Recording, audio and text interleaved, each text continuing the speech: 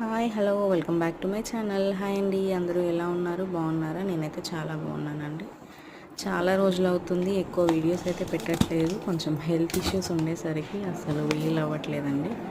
అయినప్పటికీ మిస్ కాకుండా festival shorts అయినా కానివ్వండి, అట్లాంటివి అయితే పెట్టడానికి మ్యాక్సిమం ట్రై చేస్తున్నాను. వీడియోస్ అప్లోడ్ చేయడం కూడా కొంచెం డిలే అయితే అవుతుంది, ఏమనుకోకండి.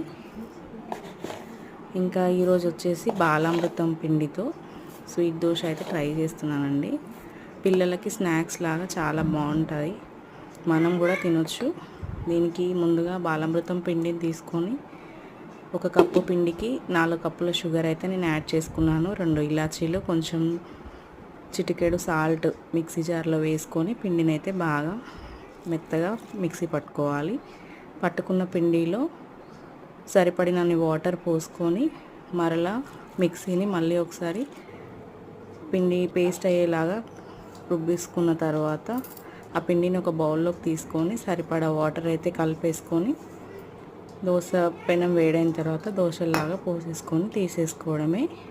దీన్ని నెయ్యి ఇష్టపడే వాళ్ళు నెయ్యితో కూడా చేసుకోవచ్చండి, చాలా టేస్టీగా అయితే ఉంటాయి. పిల్లలకు మంచి హెల్దీ స్నాక్ కూడా. డైరెక్ట్ పిండి తినాలి అని అంటే తినలేరు, కాబట్టి ఇలా ఏదో ఒక స్నాక్ ఐటెం అయితే ట్రై చేసి ఇస్తే వాళ్ళకు కూడా టేస్టీగా చాలా ఎంజాయ్ చేస్తూ తింటారండి. పిల్లలే కాదు, మనం పెద్దవాళ్ళం కూడా స్వీట్ ఇష్టపడే వాళ్ళు ఇష్టంగా తినొచ్చు. Thank you for watching.